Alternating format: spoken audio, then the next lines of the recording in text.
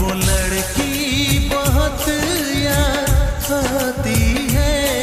Glamorous চরিত্রে অভ্যস্ত হলেও এবার সম্পূর্ণ ভিন্ন এক আবহে ধরা দিচ্ছেন বলিউড অভিনেত্রী নেহা ধুপিয়া। নেই ঝলমলে আলো, তারকাসুলভ উপস্থিতি, বরং নীরবতা, গভীরতা আর মায়ের নিঃশর্ত ভালোবাসায় তৈরি এক শক্তিশালী চরিত্রে হাজির হচ্ছেন তিনি। Everything that we do and everyone that we meet is pushing us in a direction that we want to be. আন্তর্জাতিক পর্দায় প্রথমবারের মতো অভিষেক করতে চলেছেন নেহা। মিশরীয় নির্মাতা আলী এল আরাবের পরিচালনায় তৈরি নতুন সিনেমা 52 ব্লুতে তিনি অভিনয় করেছেন এক নিভৃতচারী মায়ের ভূমিকায়, যার নীরব উপস্থিতি বদলে দেয় ছেলের জীবন।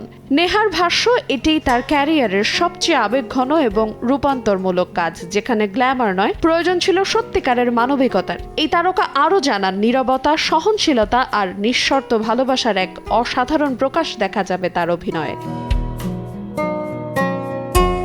ইতোমধ্যে প্রকাশ পেয়েছে সিনেমাটির ট্রেলার, যেখানে তুলে ধরা হয়েছে এক তরুণ ফুটবল প্রেমীর স্বপ্ন এবং সংগ্রামকে। গল্পের কেন্দ্রে দেখানো হয়েছে আশিস নামের এক তরুণের কঠোর পারিবারিক নিয়ন্ত্রণের মধ্যেও স্বপ্ন, মায়ের নীরব সমর্থন আর নিজের দৃঢ়তা তাকে একসময় নিয়ে যায় নিজের গণ্ডির বাইরে। যার স্বপ্ন কাতারে অনুষ্ঠিত 2022 ফিফা ওয়ার্ল্ড কাপে গিয়ে দেখা করা নিজের প্রিয় ফুটবলার লিওনেল মেসির সঙ্গে। Bro, what are you doing?